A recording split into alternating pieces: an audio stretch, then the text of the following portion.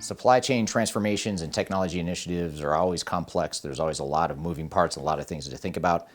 And today, more so than ever in today's global environment, supply chain transformation has been thrown a big curveball, and there's a lot more to think about. In today's video, I'm going to talk about how to manage your supply chain transformation in the realities of today's world. My name is Eric Kimberling. I'm the CEO of Third Stage Consulting. We're an independent consulting firm that helps clients through their digital transformation journeys, including supply chain transformations. And as I'm filming this video, the U.S. is like a lot of countries. We're on lockdown. We've closed down businesses, and a lot of us are working from home, as I am here today. Kids are out of school. Businesses are shut down. We can't go to restaurants, that sort of thing. And there's also, obviously, an important health crisis happening worldwide, which is having big economic implications, which is ultimately affecting how organizations are dealing with their supply chains. And what we're seeing with a lot of organizations and a lot of clients right now is supply chains are being disrupted in a number of different ways, in some extreme ways. In the best case for some organizations, they're seeing big, huge spikes in demand because they are selling products that are in high demand right now, consumer staples, any kind of food and beverage type of product. Also, we're seeing organizations like government, military, medical device, and healthcare organizations that are continuing to spend, in fact, are preparing for additional growth and demand. So these are examples of organizations where the supply chains are strained and they're struggling to figure out how to deal with this sort of demand. And on the other side of the equation, you have companies who have the opposite problem. Their supply chain activity is completely dropped. Demand is down if they're in retail or distribution or some sort of non-necessity, non-essential type product. A lot of those businesses are falling very quickly. And so the supply chains are having the exact opposite problem. There's a lot of slack in the supply chains right now. And unfortunately, there doesn't seem to be much in between. It seems like a lot of companies are either one or the other. And so what I want to talk about in today's video is, what does this mean for the world in general? What does it mean for our supply chain transformations? And how can we leverage business, technology, and people to focus on improving those supply chains to prepare for this new reality that we're in? So one of the first things that we advise clients on, especially now, is to make sure that you're not leading with technology and coming in with a new technology mindset. Because the reality is, for a lot of organizations, they either don't have the resources to handle that sort of initiative right now, either because they're so busy and their supply chains are so strained, or because business has fallen off and capital spending is getting strained and budgets are getting cut. So whichever side of the equation you're on, or whatever side of the extreme you might be on, chances are a new technology initiative is going to be the high cost, high risk option. So we typically will recommend clients look at what do you have first. Let's take an assessment of what you have in place, either because you're in the midst of transformational activity, you're already implementing some sort of new technology, or perhaps you already have technology and processes in place and we need to figure out how to make it better. So the first thing is figure out what can we do with what we have, because the more we can do that, that's going to be the low cost, low value, and quickest ROI that we can typically get. So let's focus on those things first. A lot of industry types will lead with technology and suggest that you need new technology, new ways of completely transforming your supply chain. And that's simply just not where a lot of us are right now. A lot of companies just aren't in that mindset, and they may not be for quite some time. So let's rethink what we've got and figure out how to make the most of what we have. And typically we find that companies, even in good times and bad, are amazed at how much value they can get out of their current environment. It may not get them all the way to where they want to be longer term, but in the short to intermediate term, a lot of times you can get a tremendous amount of value just by looking at simple process improvements and better leveraging the technologies and the people you have. So once we've done this evaluation of our current processes and systems, now we look to the ways that we could potentially fix our current processes and systems. And again, it's not a perfect world. It's not always ideal to live with what you've got. For some of you, it's not an option, and you may still need to go down the path of leveraging new technologies. But for most of you, I would suspect there's a lot of value we can start getting now, especially if capital spending is being put on hold, if you've been told that that big supply chain transformation project you were planning for 2020 is now off the table and getting punted out into the indefinite future. Whatever the case may be, there's no reason to stop and do nothing. There's a lot we can do to live with what we have, optimize what we have, get more value out of it. And ultimately, the good news is this will better prepare us for when we are ready to start deploying bigger transformation initiatives. And some examples of things we can do are, first of all, to look at the business processes and understand where they're potentially broken, where the strains are, and what we can be doing to improve the processes even without necessarily new technologies. For example, let's say that one of the challenges you're having as an organization right now is you're having trouble predicting demand. You're having trouble fulfilling demand because you can't predict it. It's really important to dive into those processes and really dissect what's happening. How are we forecasting demand? What inputs are we dependent on? Where are those inputs coming from? Why are we having trouble getting those inputs? Why are those inputs inaccurate? Why are the outputs inaccurate? If we look at dissecting these processes step by step and looking deep within the system and how the system's working as well, a lot of times we find that there's simple problems behind this. It could be because of some of the inputs upstream in the process, employees not entering the data the way they should be, or maybe that employee is tracking information in a spreadsheet. They should be tracking it in a system, or they could be tracking it in the system we have. So just real quick low-hanging fruit, but high-value low-hanging fruit like that can be extremely valuable and a great way to optimize what you have and really tweak and build better business processes and better organizational roles and responsibilities, which will not only help us now in the short term, but again, that's going to help us longer term when it does come time for a bigger transformation on the supply chain side. We'll have a better blueprint and we'll have a better foundation in place to be able to do that. But in the meantime, let's focus on our current processes and systems and how we can fix those. And there's a number of ways that we've done this with clients. I'd be happy to share with you some ideas. I've included my contact information below if you'd like to brainstorm some ideas around that. So one of the other things we can do in addition to fixing our current processes and optimizing those current processes is looking at our future state business processes and what our future state in general is going to look like. And on the surface, that sounds like a no-brainer. It's just like every other video I've put out about how to define a digital roadmap. You want to define your future state.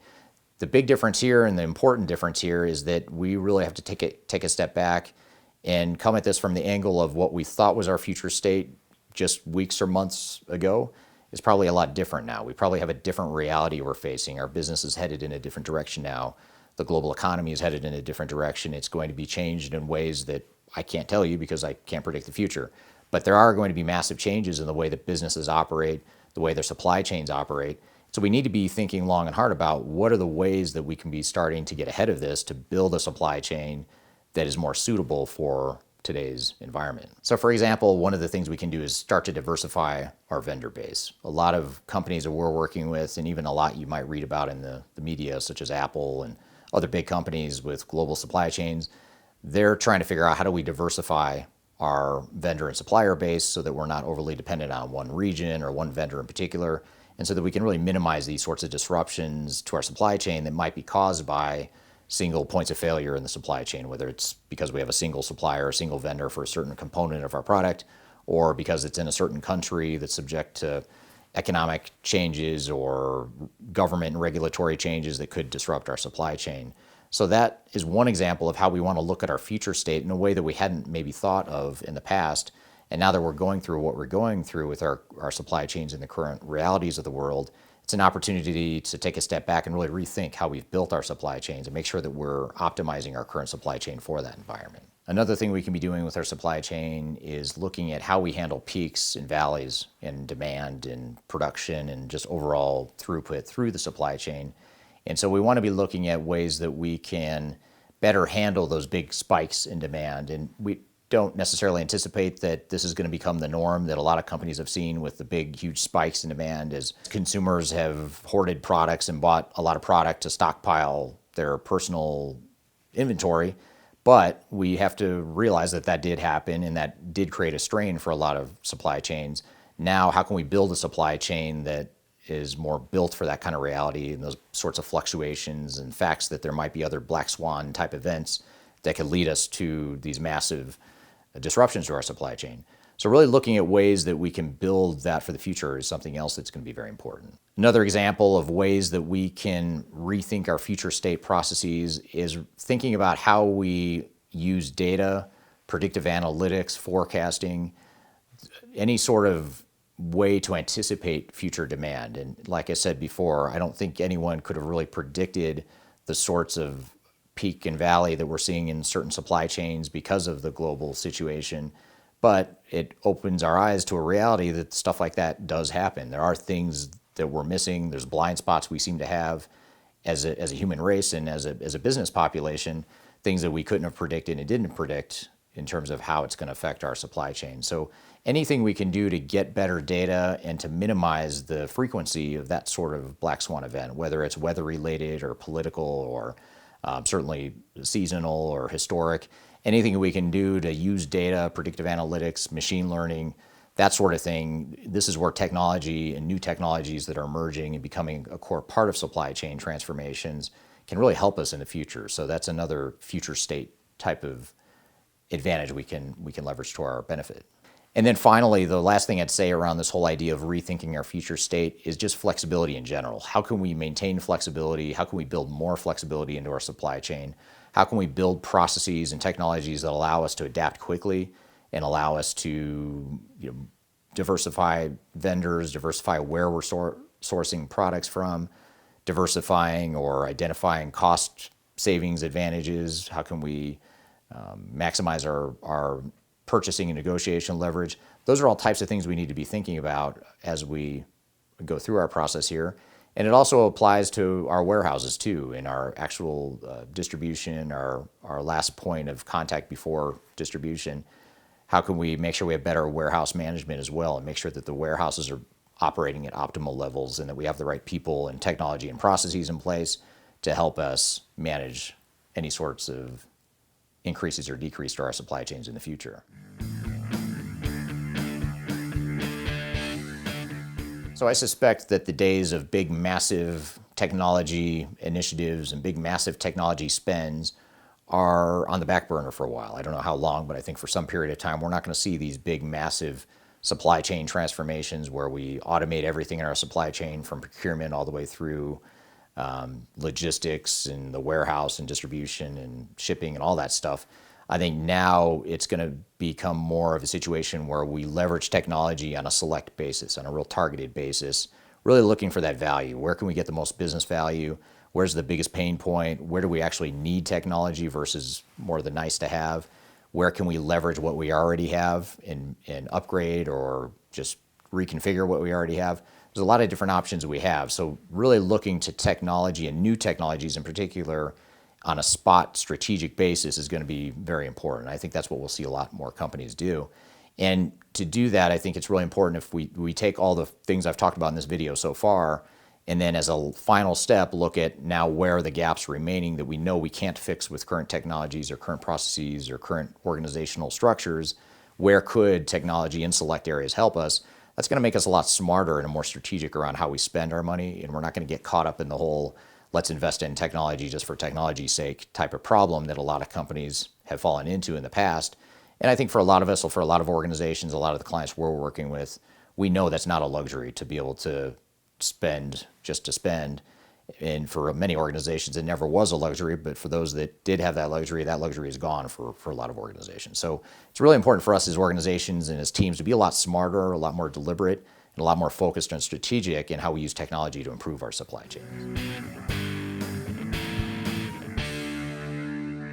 So just to wrap things up and wrap up this whole thread, supply chains as we know it are no longer. They're changing right in front of us. They're going to look a lot different in the future. They should look a lot different for the future.